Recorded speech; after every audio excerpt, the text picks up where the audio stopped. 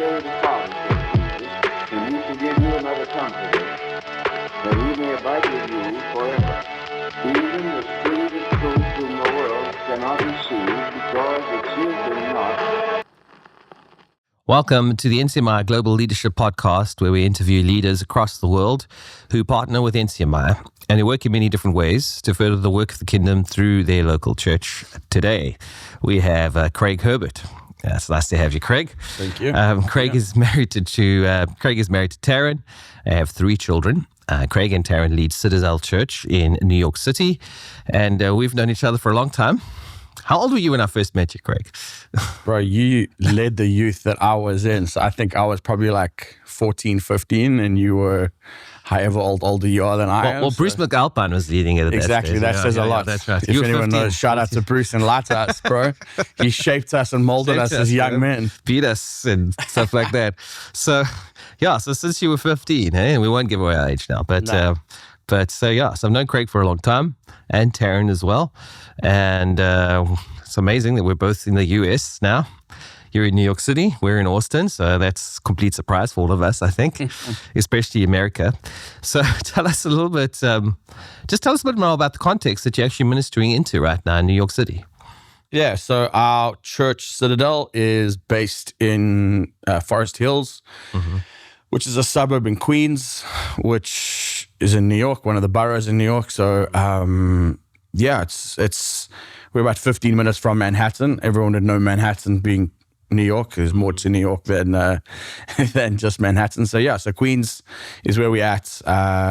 It's home right now. It's very diverse, very city. But that's where we are, God's got us for now. You were saying it's like one of the most diverse places in America, according to so Queens on a whole is very diverse. Mm-hmm. And there's certain zip codes within Queens that are more diverse than others. So we are in and around where we are, Elmhurst. If you've known these places, if you've been to New York and Forest Hills, very diverse. Queens is considered one of the most diverse places in the world. Many different languages, many different cultures. You can find every and any style of food you want, which is a very good positive. But obviously has challenges within the gospel. Like, how do you contextualize the gospel into all these different languages, all these different cultures? So, by the way, I wanted to say, cool shirt. Apparently there's a dress code. So it used to be NCMI checks. Now it's NCMI army green. Vans. What shoes are you wearing? I don't even know. So anyway, be cool. Why did you call the church Citadel? It's actually quite a cool name. Yeah, so we transitioned the church. So we came, originally we planted a church called Restoration NYC. Mm-hmm. That was just within our visa. We were part of a church in Wichita called Restoration. We just wanted to align things that way. And when we started that church, within 6 months, a church called Journey Church, Journey Church Queens, asked if we would take the leadership of that church and combine it with our church plant, and I would lead them. So during that transition process, I said, I really don't feel like Journey Church should be the name that we're going to go for. So I'm prepared to take on the leadership and sort of just trust God for what's next. And 6 to 9 months into it, we started praying through things, and just the heart of what we wanted to establish was really in Matthew 5, where it says you'll become salt and light, and you come together, you'll be a city on the hill. Now, shout out to all the City Hill churches within NCMI, but I didn't want to name our church City Hill, even though I love the analogy. And just as we carried on praying about it, the word citadel came through over and over. And if you know what a citadel is in medieval times, every town, every town with walls would have a citadel, would have a keep where it was there for the betterment of the community. It was there as a place of hope, a place of safety.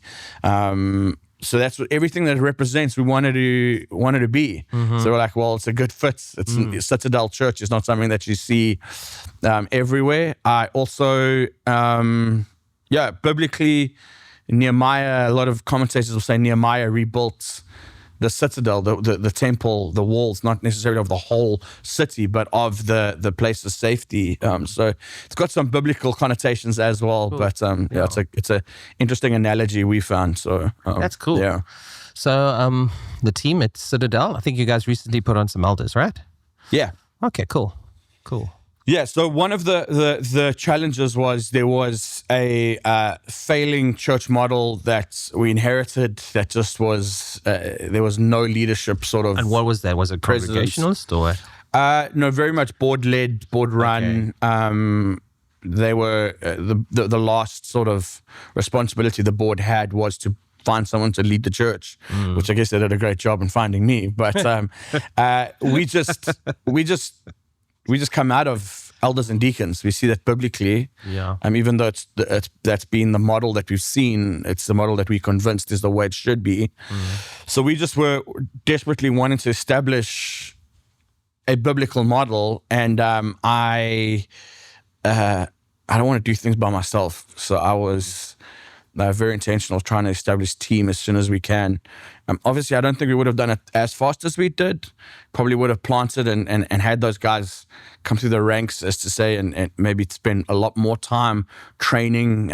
But we went from 4 couples to 80 people overnight. It's like I can't lead 80 people by myself. Wow, really? My capacity hadn't grown with the church. Yeah. It was just like one day we're around my dining room table. Next day we're in a theater and I'm having to preach and having to lead this. So I had to very quickly just get elders and deacons. So we had a couple that we approached for eldership and they responded. Shout out to Danny and Jess. They have been amazing. And then, we got 2 couples, or a couple and a single guy who are deacons, and we form the leadership team, of Citadel for now. And that's cool. It's cool that you did it quickly, because we believe in like a plurality that word. Plurality of elders, right? So we just do, and it's good that you did that soon. Some guys will take really long, and I think it's not like it. You need team quickly. Yeah. You need there to be a team. Yeah. And I needed to model something that and show them more than I couldn't reference, like James and Jesse Lusk. They planted at a similar time to us, even before us, in East Harlem. They've taken a bit of time to get going. But as I looked around churches, there weren't really many elder-run churches within our context in New York. So I had to, I couldn't just speak about it. I had to sort of implement and to show our guys as the way and what we believe in. So some people probably believe it was too fast. I don't see that. It's worked for us. So we're happy about that. Well, let's actually talk about the model a bit. So what we do, the NCMI model is unique. I know we're not the only guys who kind of do things the way we do, but we certainly express it in our own way. Coming to the US, it's hard.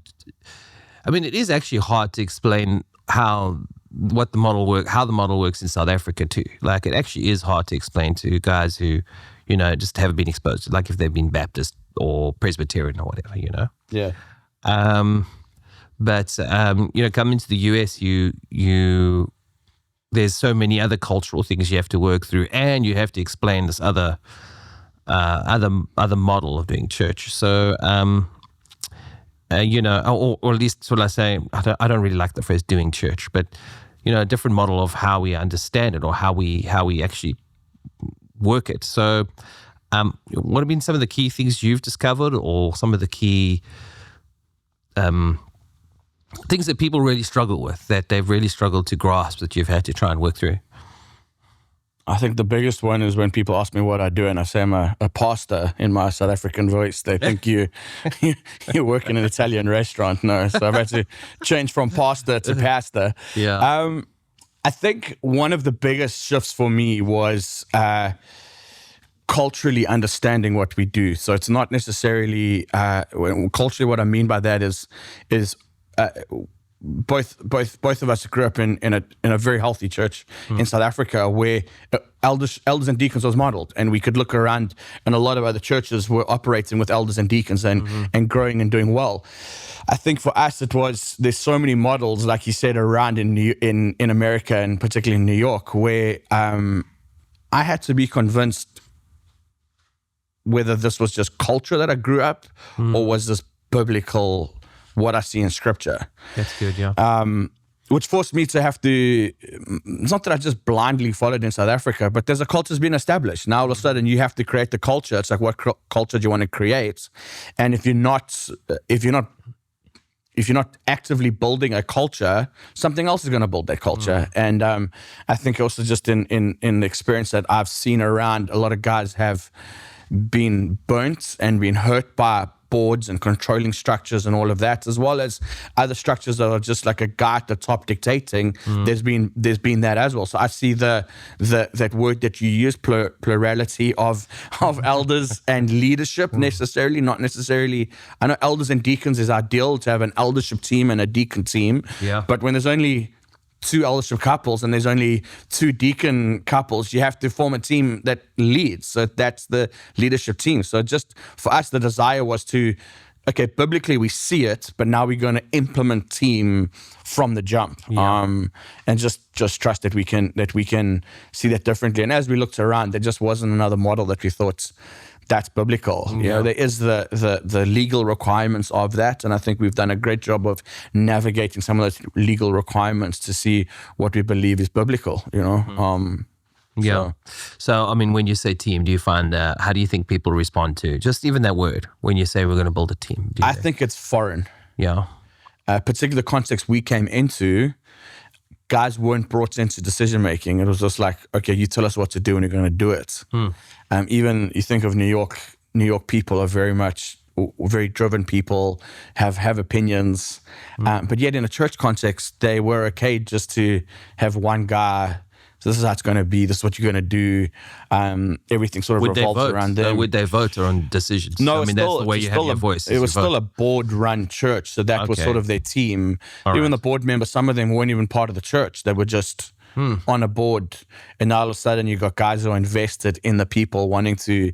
I think the word we would use is relational, and I think that's been the biggest thing to try and understand. Like, no, I want to have a coffee with you. I want to walk you through the decision. Not necessarily I don't want to be democratic. I'm not trying to buy your vote to make the decision. I just wanted to bring you along. I can make the decision by myself, but I care about what she's saying. I care about the opinion. And I think some of that was shaped as well in the fact that I'm South African.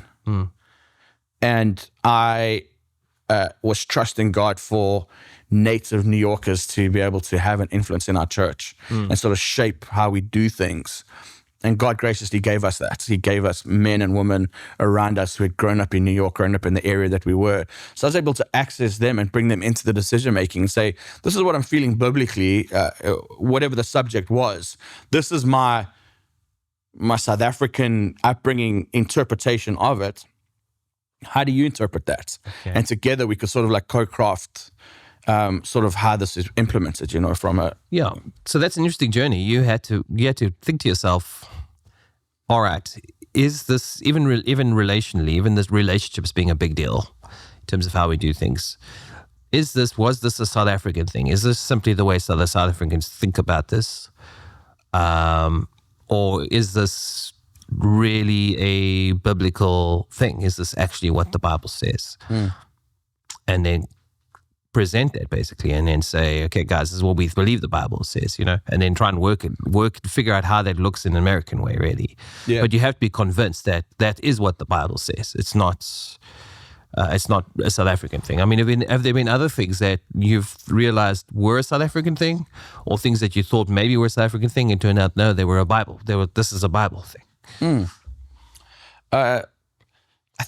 I think the relational way of doing things, I hate to say it's the NCMR way, but we are more relational. It's like, let's go fish and come together. Let's hang out and fish together. You know, let's go to the nations. Let's have a coffee. Every NCMR gathering has good coffee, you know. So I think there were things that I just took for granted more than just that's the upbringing that we've been part of. And now suddenly I was like, okay, I've got to implement this. What does it look like? Like, how do you have people over for dinner when they don't want to come to your apartment? Or because in the past it was, you're part of a team, you're part of corporate momentum, you're part of this big thing that's happening. So of course, when you're leading and you're like, do you want to come to my house for dinner? They're like, oh, absolutely. Now all of a sudden you're meeting people off the streets who are wanting to come to your church, and you're inviting them into your home, and they're like, why would I come to your home? They think it's weird, Yeah, right? let's rather meet at a restaurant or a coffee shop, because that's that safe place that you created, because you haven't got that relational equity yet with them. So just having to translate all of those things. So even like when we speak about being Bible-based, like what does that mean? Like why is our interpretation of the Bible better than the Presbyterian way or the Baptist way or the this way or that way? So it's not necessarily, because also NCMI means nothing. It means something to me. So I've had to be very strategic of who I invited in as well. Like the voices I had in from the beginning, I intentionally built with the team on the ground, because they were doing it right in their context. So I could bring them in and they could help shape and sort of give me the words to use and for my people to understand and to be able to ask the questions and not just give me their best preach and then leave, So what are the early things I know that you came against, which was interesting to you? I don't know if against is the right word, but one of the challenges that I remember you had was just with the fact that all of your worship team was paid, right? But some of them weren't really even believers, or they weren't sure of whether they believed or not. Yeah, they weren't believers. Okay. They were paid musicians, paying to do a gig. We were a gig, for them. So what I find interesting about that is just this sort of professionalization of church. Yeah, that it does tend to be in America. I mean, I think there were some churches who do that kind of stuff in South Africa, but there would be very, very little of them. Yeah. So it's an interesting lesson, because there is a reality in the fact that musicians in America can make a living, and it's a viable living for many, and in a sense you want to support them in their living, while at the same sense, in South Africa that would be like, why would you pay any musicians? Yeah. But it's like in the States, you still want to pay some of them because if they're part of your church or whatever. Like you got to work that out, which is a very interesting thing to work out. That I know for me was also new. Yeah. So I mean, I don't know how you've thought through that thing. Fire them all and then deal with it. Again, I think one of the values that we could say, or the hallmarks of NCMI, I've said in many conferences, and when you speak about leadership and you speak about character versus charisma, or character versus gifting, or whatever it is, that has been an interesting journey to go down with our guys to help them understand that we're more concerned about their souls and their character and their Christianity, if you want to call it that, not necessarily their gift. So then also it's pushed back on me. Well, if I fire all the musicians, I've got no worship. Yeah. So we're playing tracks. And I'm okay with that, because that comes the whole nother kettle of fish of like, people come to church and you don't have a guy leading worship on a guitar or someone on a keys or anything like that. You've got like push play. What hill are you prepared to die on? For me, just the culture that we were confronted with, I said, I want to establish an understanding that I'm more concerned about you and your soul and your relationship with Jesus than necessarily your gift. Yeah. If God's given you that gift, I want to create the room for you to serve. Absolutely. Yeah. But whether it's worship or whether it's coffee or whether it's hospitality or whatever it is, I'm more concerned about your relationship with Jesus than I am about your gift happening in the church, which I think has created a culture now. I've got at least 9 months of this culture being established where guys are okay to be like, okay, cool. I don't have to just serve right away. I can take time to build my relationship with God. Like that's more important than just serving or just ticking I did church, or really it's not about that, And even now that God's been gracious and we've got some musicians and we've got like the startings of a worship team, I said to guys, like, I don't want to create a expectation on you that you are going to be leading every Sunday if it's not sustainable. I want to create stuff that's sustainable. So let's maybe start with once a month. And if it goes to twice a month, that's great. Like, let's not just throw you in the deep end and be like, well, now I demand worship every single Sunday. Like, you have to perform. No, then they're just jumping through circus hoops. Yeah, no, that's right. You want to build something that's sustainable. You want to look after them and look after their souls, as well as, give them the opportunity to express that gifting, So that's sort of the road that we've taken. And it seems to have helped, particularly musicians who also need to be fed. They also sheep. They also have sheep needs. Yeah. And they want to rather take care of those than necessarily just perform for me. And sometimes that, even when it's, and I think, let me clarify this, because I was accused of this, or you're just trying to save money for yourself or for something else. That's why you're not paying guys. No. If you've got the skill level and it's, if your livelihood is worshiping with us, which is your church, and we love you and you're part of us, or going to go try and make a buck at another church because you need that money, I'm going to trust God with you that we can give you something to at least keep you part of us. I'm not against paying for people. I'm not wanting, mega church free interns all around. But I'm more concerned about people's hearts. I'm more concerned about people's relationship with Jesus than I'm necessarily putting on a show on a Sunday. And I don't think everyone's doing that, but that's just, New York is, you don't struggle for entertainment in New York. Everyone does a world tour. Every band does a world tour. New York's going to be on there. Multiple shows in New York. So we don't struggle for entertainment. But I think some of that entertainment culture has slipped into the church, where they're okay just to sit back and watch church happen. Yeah. And we're saying, no, let's spectate. We don't want you to spectate. We want you to participate in what God's got for us, Yeah, that's good. That's an interesting cultural thing that you've had to sort of work through, right? Absolutely. Yeah. I know that over here in Austin, we had one musician, very talented guy, who joined the church, said he liked the church, and he was a musician and he was ready to play.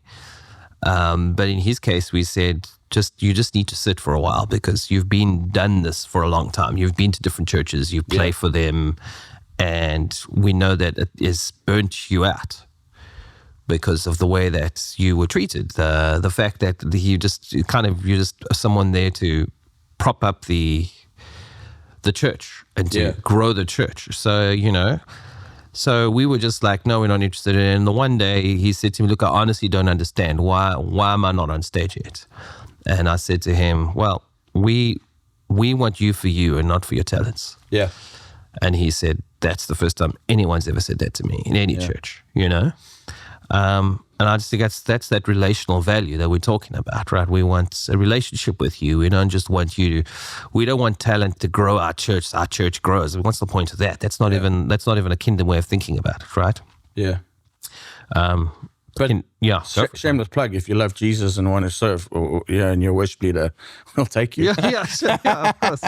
You want to come to New York, and feel free. Because there's the other side of the equation. You want guys to feel valued for what it is that they can bring, and the talents that God's given them and everything like that. They have to feel valued. So we're not valuing you, but we just want to make sure that you know that that's not what matters. It does matter to us. It does matter. Your talents and everything does matter to us, but we just want you first before we go to that, because that'll just burn you out if all that matters is your talents, I think just thinking about New York as a diverse, especially your area is a diverse city. I'm sure you've how have you navigated the pull towards politics? And you also went from a red state to a blue city, right? So you've had to navigate these waters. So yeah, just tell us how you've had to navigate all that. Like, how's that worked? Or still busy navigating? Yeah. So for those who don't know, we left Johannesburg, South Africa, and ended up in Wichita, Kansas, which, if you look in the middle of a map, it's called the flyover state for that exact reason, because no one really is going to live there. It's more flyover. But that was the door that God opened, and we're very thankful for Restoration Wichita. We're very thankful for our season there. It's shaped and molded something of what we're working in now and how we view things. But Wichita in Kansas is very, very Republican, and New York is not. But even before addressing New York, I can remember I was naive. I was just sitting on a barbecue with guys having a conversation, and the politics came up, and I just asked the question. I was like, "Well, can you be a Christian and be a Democrat?" And the guys were like, "What do you mean?" And suddenly, I'm not here to debate that question. Yeah. Don't even go into the comments to debate that, please. Just using the analogy, just using the situation.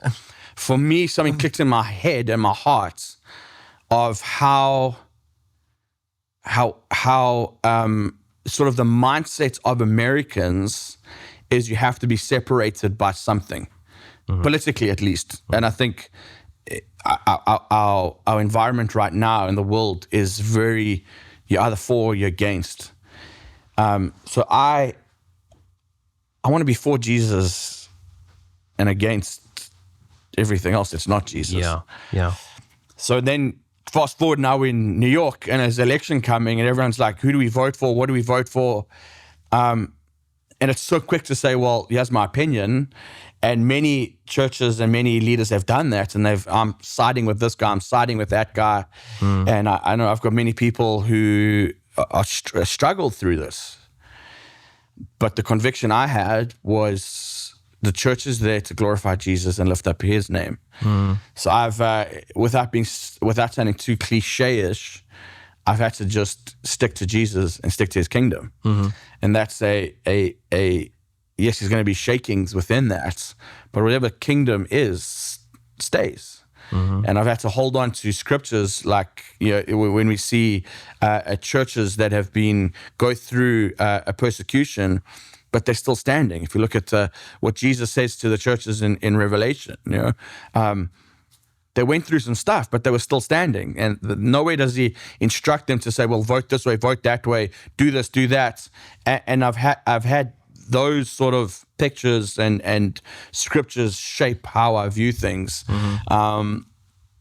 Change the subject from political to social economic, change it to whatever subject is hot right now, even wars, like, Israel or whatever, or the Ukraine, I just have to come to the terms of, guys, the world's a horrible place. We shouldn't be surprised by this, but yet God's called us to represent him and his kingdom in this. So that's what we're going to focus on. We're not going to pick a side. We're not going to polarize. I think also in South Africa, our political landscape was very different. So I would vote for a different reason than what most people would vote for in America. So I couldn't really speak into a political side of things. I couldn't. I'm learning. I'm trying to learn, but I can't speak into a Jesus and the kingdom side of things. I'm like, well, let's fight for that. Let's make that be the thing that we promote more than politics and anything else. Get the kingdom first, and then vote, I guess, according to your conscience once you understand. It sounds like such a cliche thing, but I don't know when this podcast is going to go out, but we all know the results of the election. Like I'm not going to say whether I'm happy or not. But I was dealing with both sides of it. I was dealing with people who thought this was the end of the world, and I thought dealing with people that were quite relieved. And now I've got to pass the both sides of that through that.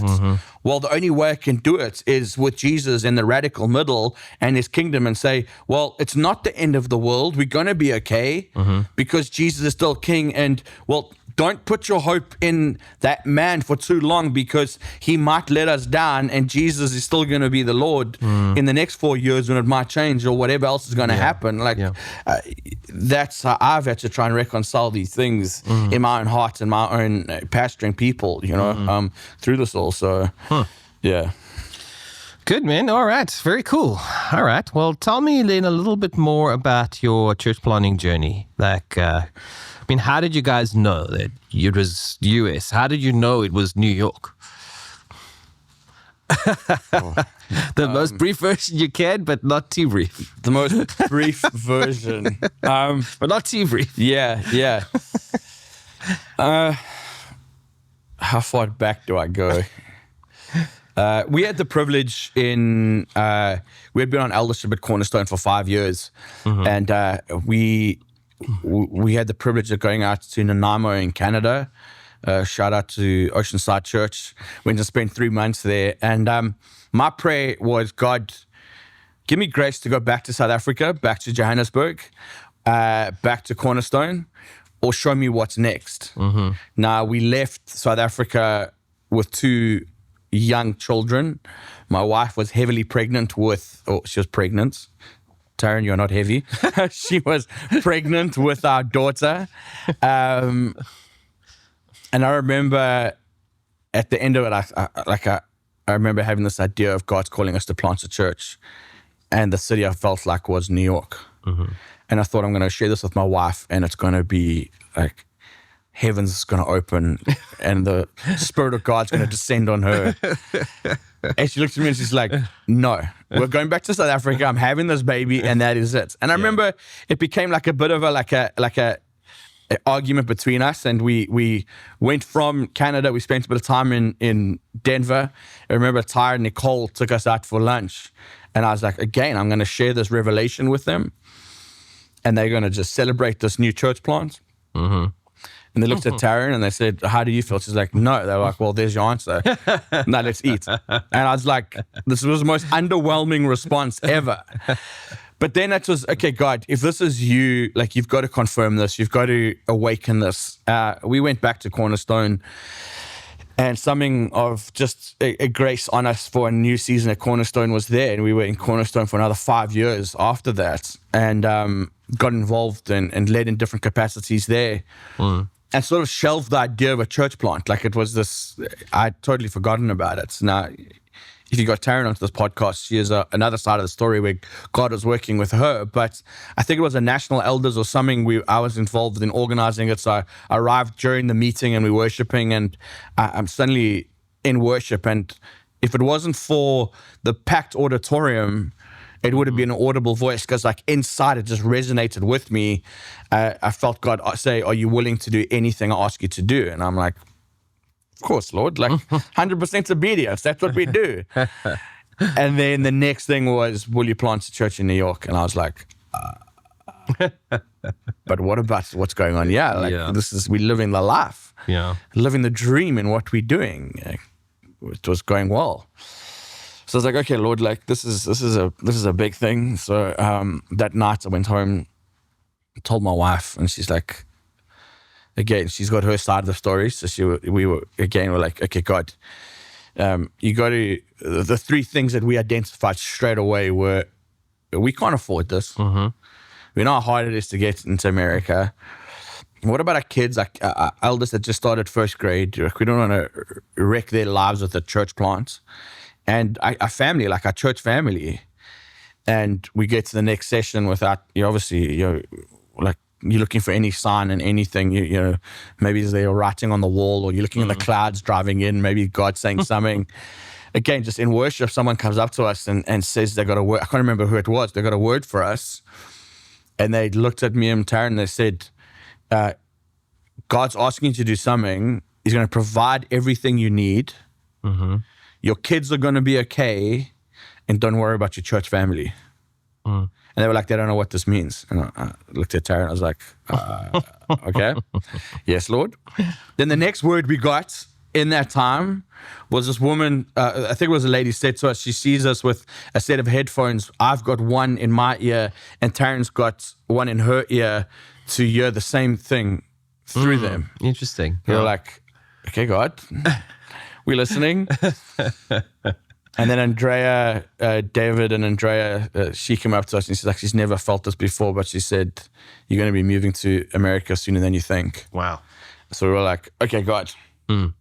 3 times. That's a little bit from different circumstances, different places. No one, it's not a desire we had ever expressed out loud or didn't want to plant a church. We were happy in the capacity that we were leading in Cornerstone.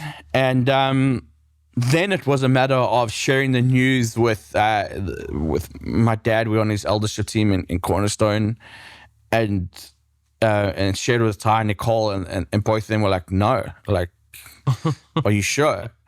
And I think the conviction that we had after God confirming things, it was evident that it wasn't just me having a great idea, like it was God had spoken. And it was just a matter of waiting for God to open doors and timing and everything. To get to America, a lot of things have to fall in place. So it was just then just walking down that road and seeing what it looked like. But it was first God speaking to me, and then he used the prophetic to confirm something that he already spoken to me about. No one was fortune telling for me. It was just confirming his word. And then as we processed it, obviously the shock of like, okay, now we're changing countries, we're changing cities, we're changing plans. And then you start dealing with those things and you start seeing God perform absolute miracle after miracle to get us to the place. And one of the miracles was a church in Wichita opened a door for us to sponsor R1. And we were, according to R1 law, you only have to be there for 3 months. So the idea was we're going to go there for 3 months, acclimatize to sort of America and then plant. But there was this thing that happened in the world called, we won't mention it, but the whole world shut down and we got our visa within the shutdown of the whole world. So Did that make you doubt that maybe you hadn't heard from God at any stage? Did I? No, I can't say I doubted this side. I still, because the needle was still moving forward. It wasn't moving forward very, very fast, but it was moving forward. So I still believe it was God. I think for us, the doubt came like once we had made it to America. We're like, do we know we did the right thing? Yeah. All right. Interesting. Yeah. If you know anything about Johannesburg, it's a big city. Yeah. We weren't living downtown, but still the suburbs that make up Johannesburg, it's considered the Manhattan of Africa. So a lot of multicultural, a lot of African cultures come there. Yeah. Even simple things like in Johannesburg where we were staying. I mean, we were all kind of living in the same areas. I mean, there's like 5 grocery stores down the road, right? Yeah. And I'm thinking you guys going to Wichita must have been like a 20-minute drive to get to one grocery store kind of thing, right? It was like, people say to me, even in the processing, Johannesburg, Wichita, and New York, they have nothing in common. Besides Wichita and New York, yes, they're both in America. Yeah. New York and Johannesburg, they're both cities. We can understand that. But what? And I was like, it's only God. Like only God can orchestrate that. For us, the move from Johannesburg to Wichita was bigger. It was a bigger shock than moving from Wichita to New York. Like Wichita to New York, it was like, I would have, in my mind, I would have gone straight from Johannesburg to New York. But God, Scott Park leads, he leads Restoration Wichita, and he welcomed us in. They did a fantastic job of just equipping us, exposing us to church in North America. Yes, a very different context to what we would be in. They also do a lot of mission work into Africa. So there's a lot of cross-pollinations that just made sense when that relationship happened. Again, there's a whole nother God story behind that. So, it was a great door open to what God was wanting to do. And then, when we felt like it was time, again, a lot of people, I only figured this out once I'm in New York. New York's the type of place where you send missionaries. So denominations would send people, go start a church there. So when people said, well, you sent you, I was like, no, I chose to be here. Why are you choosing New York? I'm like, because God said so. So do you find a lot of those guys who kind of are sent to New York, they haven't read, do they actually make roots in New York? Or is it kind of like a mission station and then they're out after 2-3 years, basically? The interesting thing about New York that I've just, in my context, and I've grown to know, is a lot of people, there are a lot more native New Yorkers are starting to lead churches, which is ideal. Okay, that's cool. But God had used a lot of like guys from Ohio, guys from Tennessee, guys from all over the rest of the US to come into New York and lead churches. So then there is an understanding. In New York, they generally say within 3 years, if you can make it past 3 years, you might as well be there for 10 years. So that's the sort of the make it or break it. It's interesting there, Craig. There's a sense in which I'm getting from this that you don't go to New York if you're one of those churches who strategizes and says, where's the best area to plant? Yeah. Because these are the kinds of people that we want to attract. Or if you're an attractional church and you're kind of strategizing in that way, which I by no means endorse, but if you were doing that, you don't necessarily say New York is the opportunity. Yeah. Because that's actually the hard ground. Yeah. So guys would be there that come from Ohio or wherever it is. Not picking anyone from Ohio, but that's just the name that came to me. They'd come to New York and they'd lead. And maybe after 3 years, they hit a wall and they're like, I'm done. They have a good out. They can go back to their home state or whatever it is.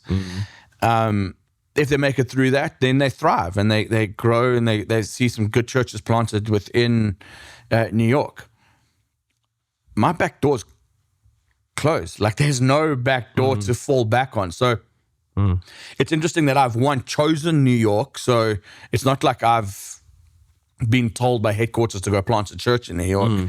And two, that when people have realized that we'd sold a house, we'd sold cars, we had cashed in retirement annuities, we had done whatever we can to get us to this point. They're like, well, to be honest with you, that speaks to a lot of church planting gurus, and they were like, you're a risk, you're a high risk. I'm like, what do you mean I'm a high risk? They're like, well, you're putting it all in on God doing something in New York. I'm like, isn't that what we do? Like, isn't that what you do? Like, I don't know anything else. Like, yes, I got faith in Jesus. Yes, because he's spoken. Yes. So it's an interesting dynamic in New York because I don't have a back door to run to. I've got. It's not that it's like this is the only, but no, this is what God's called us to do. I'm prepared to die in New York. I'm not like I'm gonna run anywhere. So I've got faith that we'll be there past 3 years. I've got faith we're going to be there past 10 years. Like, you want to make this your home too. This is your home. Yeah, I want to establish a base church that we can reach into New York and reach from there out of New York. Why should it be the most influential city in fashion and in music and in culture and in everything? And we can't get the gospel to penetrate all those areas and take it out. Like for me, that doesn't make sense. And so that's my desire. That's what I want. I feel like that's what God's going to do with us. I'm shooting for the stars. But I don't have an out. I don't like. It's not like, of course, if the church is to fail, within our partnerships, I'm sure someone would pick up a wounded South African, if not drag myself and my family back to Cornerstone. I'm sure that the hospital of Cornerstone, but that's expensive. It's tough. It's emotionally expensive too. Like, exactly. So for us, it's we spend so much in transition, pre-lockdown, during lockdown, in Wichita. So when we finally arrived in New York 2 years ago, it was like, we are home. So now where some people will look at it like, oh no, we have to use public transport, we love it. Sometimes it's scary. Sometimes it's wild. It's like the Wild West in this silver tube that goes underground. Yeah. But we love the fact that we can do that. We love the fact that I can go down the road and I can have like the best Italian food, and then I can have the best Thai food, and I can have the best of everything. In the same way, it's this seedbed for the gospel, like the gospel, authentic relationships, not this religious understanding, not this let me go to church and just watch church. Let me not be entertained by church. No, like the people I'm rubbing shoulders with, the people that I'm speaking to, both within NCMI and outside of NCMI, it's the authentic, Bible-believing, Jesus-loving, let's have a relationship and let's make disciples. Like people ask me, like, are you non-denominational? What are you? Like they want to peg us in something. I'm like, well, we believe in the Bible and we love Jesus. Those are the two things I can guarantee you. They're like, okay, cool, that's fine. Like, and then they'll come and you'll see the rest, you know. So it's helped us. That's cool, bro. Craig, thanks so much for coming through. It's great. Nice having you here. Nice having you in the studio. At Jim Flores' studios. Yeah, Jim. Thank you, Jim. Thank you, Jim. And we'll see you soon, bro. Awesome. Cool, Thank man. you. Thanks for listening to the NCMI podcast, filmed at Iowa Street Studio in Austin, Texas. We are directed by Ryan Peter, production and post-production by Jim Flores, our producer. Special thanks goes to Miles Patnode, Sebastian Sims, and Dino Mercado for camera, sound, and technical production. Also, thanks to Marco Mercado and Hope Rock Church for their support in helping launch this project. Please take a moment to subscribe to our podcast on your favorite platform, and we will see you soon.